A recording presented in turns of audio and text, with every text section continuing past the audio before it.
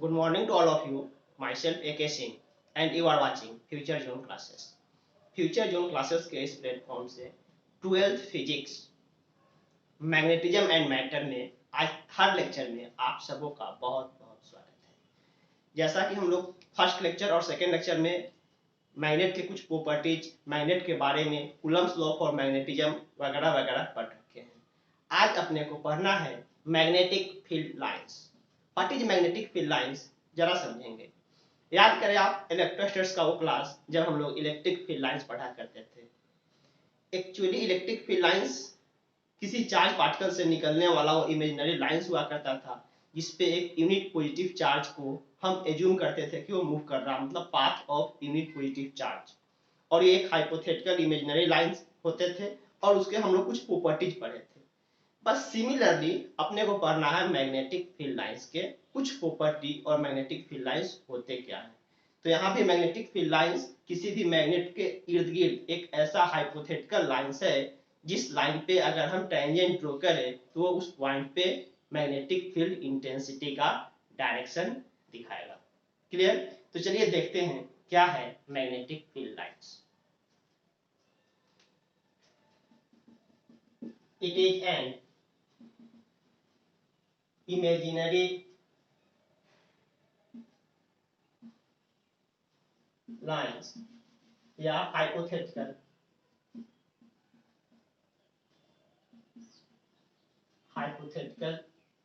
lines which is initiated from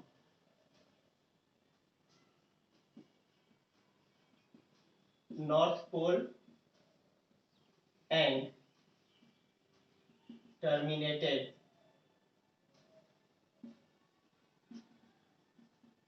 into South Pole, making a closed loop. Initiate हुआ north pole से, terminate हो गए south pole पर, लेकिन एक क्लोज लूप बनाएगा। मींस मैग्नेट के अंदर वो साउथ से नॉर्थ की तरफ आता हुआ एज्यूम किया जाता है, क्योंकि मैग्नेट के अंदर तो कुछ दिख नहीं रहा, बट मैग्नेट के अंदर एज्यूम किया जाता है कि साउथ टू नॉर्थ आते होंगे। It is an hypothetical lines which is initiated from north pole and terminated into south pole, making a close loop. Just like किसी मैग्नेट का ये नॉर्थ पोल है, अगर ये साउथ पोल है तो नॉर्थ पोल से इनिशिएट होकर के साउथ पोल पे टर्मिनेट होता हुआ दिखेगा।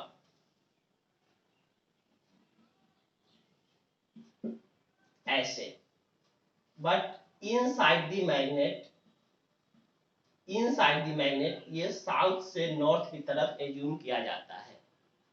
अब यहाँ एक चीज समझने वाली बात है कि अगर हम सिंपल बोले कि मैग्नेटिक फील्ड लाइंस का डायरेक्शन किधर से किधर होता है, तो एक्चुअली हम देखते किधर से हैं, मैग्नेट के बाहर, नॉर्थ टू साउथ। लेकिन अगर एक टर्म यूज कर दे कि inside the magnet, what is the direction of magnetic field lines from south to north, point to be noted. जरा सीरियसली देखोगे, सिंपल अगर बोले कि मैग्नेटिक फील्ड लाइंस के डायरेक्शंस क्या है, किधर से किधर जाता है, तो सिंपल अगर बोले तो बोलेंगे नॉर्थ टू साउथ। बट अगर एक टर्म यूज कर दे inside the magnet, then we use from south to north. Is it clear? अब इसके कुछ प्रॉपर्टी है।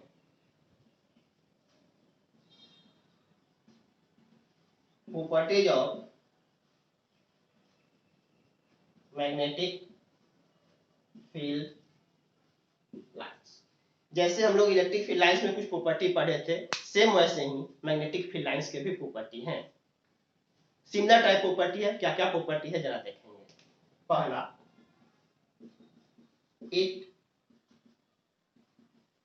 इनिशिएट फ्रॉम नॉर्थ पोल, क्योंकि नॉर्थ पोल को पॉजिटिव पोल मानते हैं, वहां भी इनिशिएट कराते थे from positive charge, and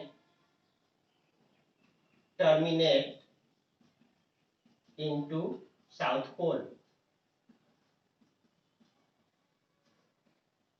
south pole क्या होता है, माइनस पोल मानते हैं, माइनस एम होता है। It initiate and terminate perpendicularly, initiate and terminate perpendicularly. Next, there is a tension in field lines. field lines में क्या होता है, टेंशन होते हैं, वो टेंशन में होता है। Next, there is repulsion between two field lines. दो फील्ड लाइंस में हमेशा रिपल्सन होते हैं, हमेशा एक दूसरे को रिपेल कर रहा होता है। नेक्स्ट, इतना नोट करो।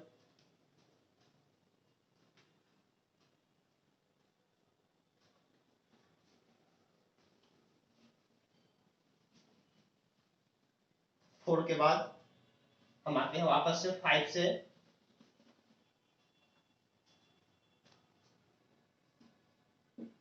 Five, if tangent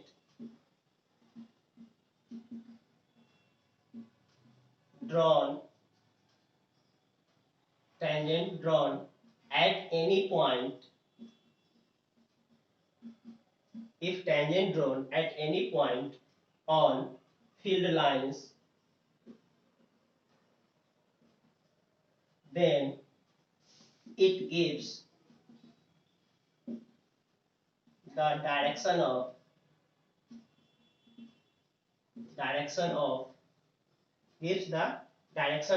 magnetic field intensity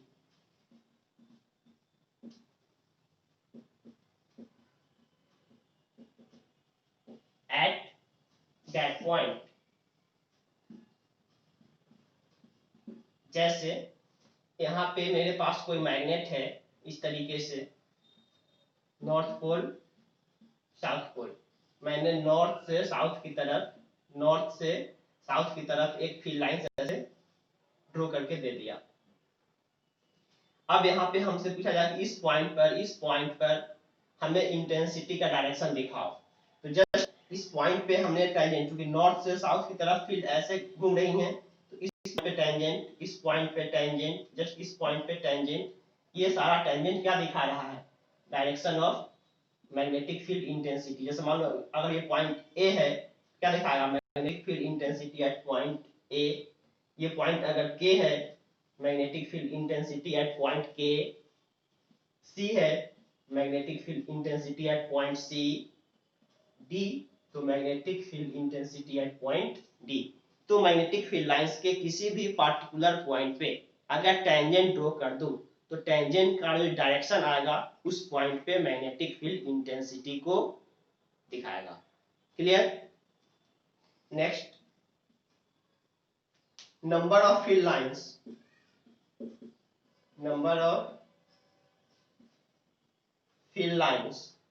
gives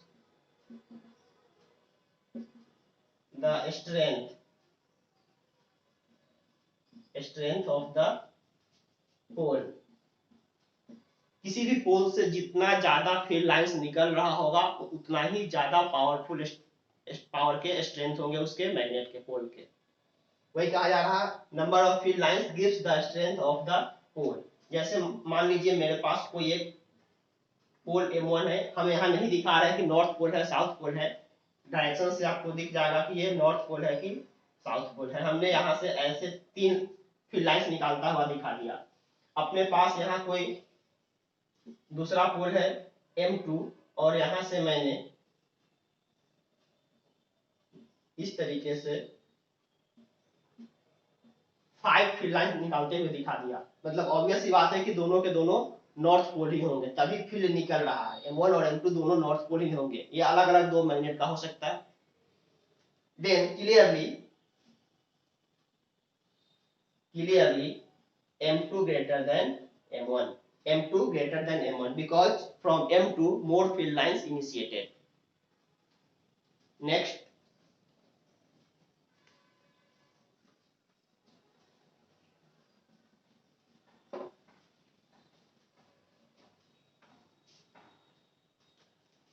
7 two field lines आपस में कभी इंटरसेक्ट नहीं करता है। और इसका फंडा सेम है जैसे इलेक्ट्रिक में हम लोग देखे थे। अगर इलेक्ट्रिक में भी हम लोग दो फील्ड लाइंस को कट किए थे, दो फील्ड लाइंस को कट किए थे, तो एक सेम पॉइंट पर दो इंटेंसिटी मिल रहा था।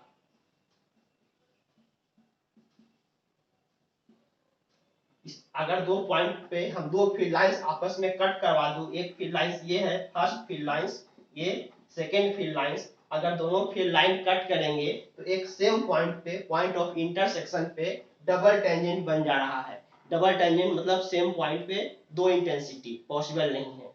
इसका मतलब दो फील्ड लाइंस आपस में कभी भी इंटरसेक्ट नहीं कर सकता है। Two field lines never be intersect each other। Cause clear है? एक कॉज तो हमने ऑलरेडी पढ़ रखा, वहां पर हमने मेंशन किया था कि क्या कॉज है, यहाँ पर बोल करके छोड़ रहे हैं क्या कॉज है। अगर हमने माना कि दो फील्ड लाइंस 1 और फील्ड लाइंस 2 एक कॉमन पॉइंट ए पे कट किए हैं, देन इस कॉमन पॉइंट ए पे अपने पास दो टेंजेंट हो जाएगा, एक फील्ड लाइन फर्स्ट पे बी ए और एक फील्ड लाइन सेकेंड पे बी ए, और सिंगल पॉइंट पे दो मैग्नेटिक फील्ड इंटेंसिटी एग्जिस्ट नहीं कर सकते हैं, डबल डायरेक्शनल, दैट्स व्हाई दो फील्ड लाइंस कभी आपस में इंटरसेक्ट नहीं करेगा। अगर कॉज लिखने का मन हो तो आप कॉज लिख सकते हो, हम नहीं लिख रहे हैं। क्लियर? तो यही प्रॉपर्टीज है मैग्नेटिक फील्ड लाइंस की। एक और प्रॉपर्टी आप कर सकते हो, जैसे वहां हमने किया था कि किसी भी कंडक्टर के अंदर, किसी भी मेटल के अंदर इलेक्ट्रिक फील्ड लाइंस एग्जिस्ट नहीं करता था, वैसे ही किसी भी मैग्नेटिक मटेरियल के अंदर, किसी भी मैग्नेटिक मटेरियल के अंदर मैग्नेटिक फील्ड लाइंस एग्जिस्ट नहीं करेंगे। यहाँ पर हमने कंडक्टर और मेटल नहीं बोल रहा है, मैग्नेटिक मटेरियल्स। अब जो भी मैग्नेटिक मटेरियल्स हो, आयरन होता है, निकेल होते हैं, तो जो भी मैग्नेटिक मटेरियल्स है उस पे फील्ड लाइंस एग्जिस्ट नहीं करता है। Inside any magnetic material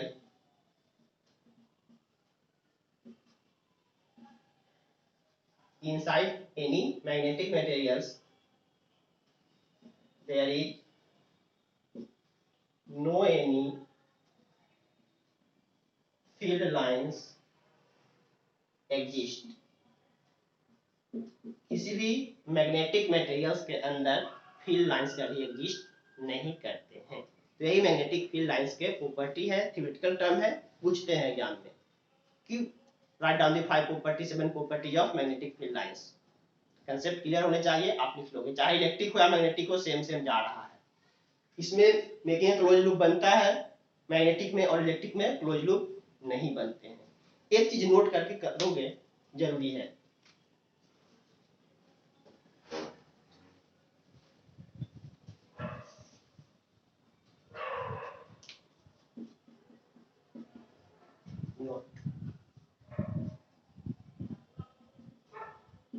outside the magnet, outside the magnet field lines goes from north to south pole, while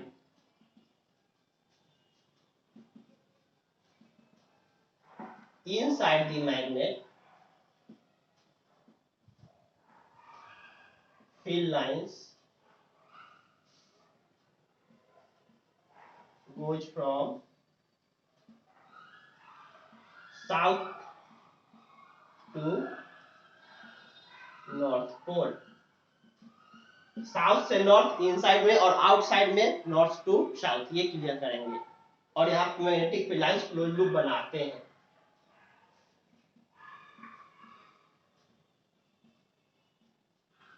magnetic field lines making a close loop. Magnetic field lines close loop बनाते हैं, but electric नहीं बनाते थे। Clear? यही है पूरा magnetic field lines का property और मैग्नेटिक फील्ड लाइंस के बारे में इंफॉर्मेशन। नोट करें।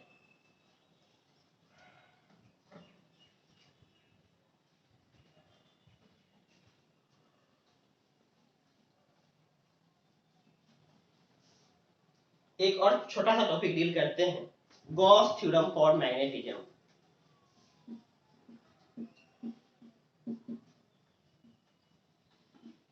गॉस थ्योरम फॉर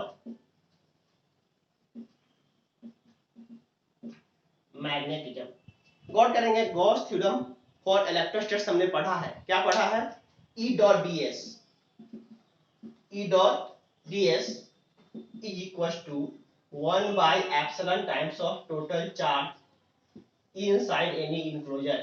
किसी भी इंक्लोजर के अंदर जो चार्ज हुआ करता था उस चार्ज का समेशन का 1 by epsilon टाइम्स इक्वल होते थे E डॉट डी एस का line integral, E dot D S का लाइन इंटीग्रल, जहां S क्या है? एरिया। S क्या है? एरिया। अब यहाँ पे sorry E dot dl, E dot dl,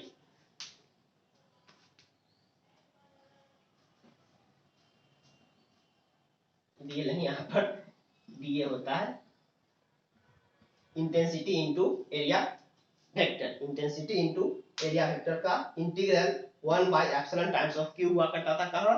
electrostatics में। यहाँ पर क्या होगा? अब एक चीज आप देखे हो, किसी भी मैग्नेट में कभी भी मोनोपोल एग्जिस्ट नहीं होता है। किसी भी मैग्नेट में कोई मोनोपोल एग्जिस्ट नहीं करते हैं। मतलब आप कितना भी छोटा मैग्नेट बनाओ, कितना भी छोटा मैग्नेट बनाओ, उसमें नॉर्थ पोल और south pole at a time exist करेगा। Is it clear? अब जब नॉर्थ पोल और साउथ पोल एग्जिस्ट करते हैं, और एक चीज और जान रहे हैं कि हमेशा इक्वल एंड अपोजिट होता है, नॉर्थ पॉजिटिव होते हैं, साउथ उतना ही नेगेटिव होता है। जितना पोल स्ट्रेंथ नॉर्थ का होता है पॉजिटिव में, उतना ही पोल स्ट्रेंथ साउथ का होता है नेगेटिव में। मतलब व्हाट? नेट पोल स्ट्रेंथ किसी भी मैग्नेट में कितना होगा? 0 plus m plus minus m, cancel out 0। तो नेट पोल स्ट्रेंथ अगर कुछ बचा ही नहीं तो B dot D S value कितना होने वाला है? वापस से 0। तो यहाँ कह सकते हैं गॉस थ्योरम फॉर मैग्नेटिज्म में it states that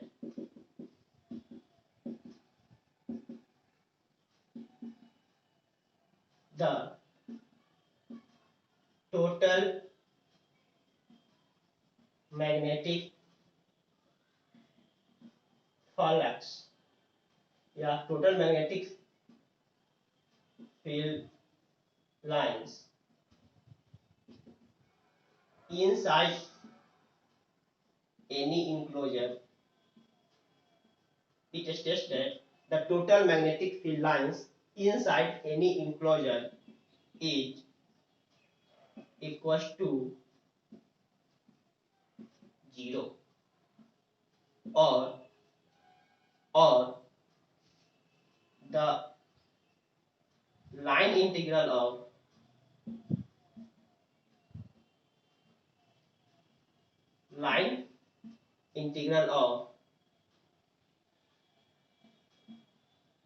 B dot ds, line integral of B dot ds over any enclosed surface due to any magnet is always 0। Means B dot D S का line integral हमेशा 0 होने वाला है। हमेशा 0 होने के पीछे रीजन क्या है? क्योंकि जहां भी हमने कोई इंक्लोजर बनाया, कहीं भी किसी भी शेप का हमने अगर इंक्लोजर बना दिया, इसमें हमने चाहे जितना मैग्नेट डाल दिया, जिस शेप का जितना भी मैग्नेट बनाना है हमने बना करके डाल दिया। बहुत सारे मैग्नेट हमने डाले, north pole south pole, north pole south pole का, ऐसे बहुत सारे मैग्नेट हमने डाल दिया इंक्लोजर के अंदर। अब इंक्लोजर के अंदर हमने अगर मैग्नेट डाला तो हमें नेट पोल स्ट्रेंथ, जैसे वहां पर क्या होता था 1 by epsilon times of total charge, तो यहाँ क्या होगा? 1 by mu naught times of total pole strength. और टोटल पोल स्ट्रेंथ किसी भी इंक्लोजर में ड्यू टू मैग्नेट हमेशा क्या होगा? 0। पोल स्ट्रेंथ बचेंगे ही नहीं, क्योंकि मैग्नेट हमेशा डाइपोल बनाता है, इक्वल एंड अपोजिट समेशन 0 करेगा। मींस नेट पोल स्ट्रेंथ कुछ बचेगा नहीं, तो B डॉट ds का वैल्यू क्या होने वाला है? 0। इसका कॉज आप लिख सकते हो, cause since magnet since in magnet monopole never exist, it always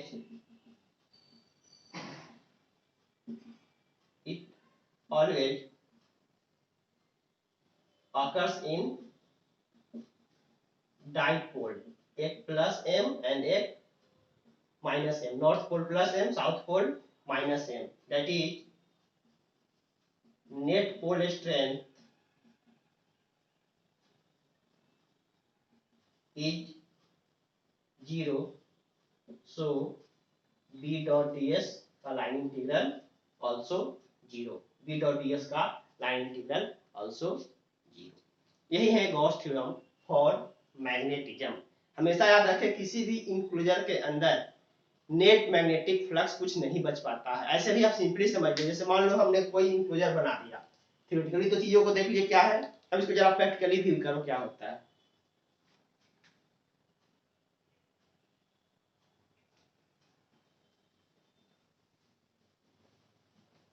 थोड़ा सा कंपेरिजन करवा इलेक्ट्रोस्टैटिक्स वर्सेस मैग्नेटिज्म में कैसे कैसे हम लोग चीजें डिस्कस करते हैं। जैसे मान लो कि हमने कोई एक इंक्लोजर बनाया, इसमें Q1 Q2 और Q3 डाल दिए, हो सकता है कि ये प्लस चार्ज माइनस चार्ज और ये प्लस चार्ज, तो प्लस से क्या होता था फील्ड लाइंस केवल निकलेंगे और प्लस से फील्ड लाइंस केवल निकलेंगे और माइनस से फील्ड लाइंस आएंगे। अगर प्लस और माइनस इक्वल वैल्यू का है तो जितना फील्ड लाइंस निकला है उतना इन हो जाएगा, तो नेट फील्ड लाइंस कुछ नहीं बचेंगे। लेकिन क्योंकि इसमें अगर Q1 का समेशन 0 नहीं हो पा रहा, कुछ नेट चार्ज बच जा रहे हैं, तो कुछ आउटगोइंग या कुछ इनकमिंग फ्लक्स मतलब फील्ड लाइंस बच जाएंगे। बट अगर हम इंक्लोजर में कोई भी हम पोल डालें, मान लो किधर से हम नॉर्थ डालें या साउथ कुछ ऐसे करके डाल दिए, हो सकता है एक मैग्नेट का हम ऐसा ही पार्ट करके दे रहे हो, कोई मैटर नहीं है कि हम पूरा मैग्नेट इस इंक्लोजर के अंदर न डालें।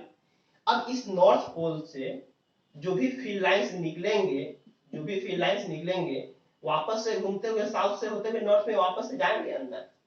जो भी साउथ में कहीं से आ रहे होंगे, जहां भी कहीं साउथ पर आ रहे होंगे, वो घूमते हुए फिर कहीं ना कहीं नॉर्थ से निकला रहा होगा, नॉर्थ से कहीं ना कहीं निकला रहा होगा। तो साउथ में जितना इन कर रहा है वापस से उतना निकल भी तो जा रहा है, नॉर्थ से जितना आउट हो रहा है उतना वापस से घूमते हुए आ भी तो जा रहा है। क्योंकि magnetic flux, magnetic field lines एक क्लोज लूप बनाते हैं, तो किसी भी पॉइंट पर जितना इधर से नॉर्थ से निकलता हुआ दिखाई दे रहा है वापस से घूम करके वहां मीट करते हुए दिखाई देंगे। तो नेट फील्ड लाइंस किसी भी पॉइंट पर आपको मिलेगा ही नहीं किसी भी इंक्लोजर में।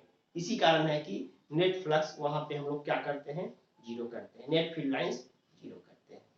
ये रहा प्रैक्टिकली विजुअलाइज करने का कांसेप्ट। ओके, फिर नेक्स्ट क्लास में हम लोग कुछ नया टॉपिक के साथ आएंगे। बस आज के लिए इतना ही, फिर मिलेंगे कल।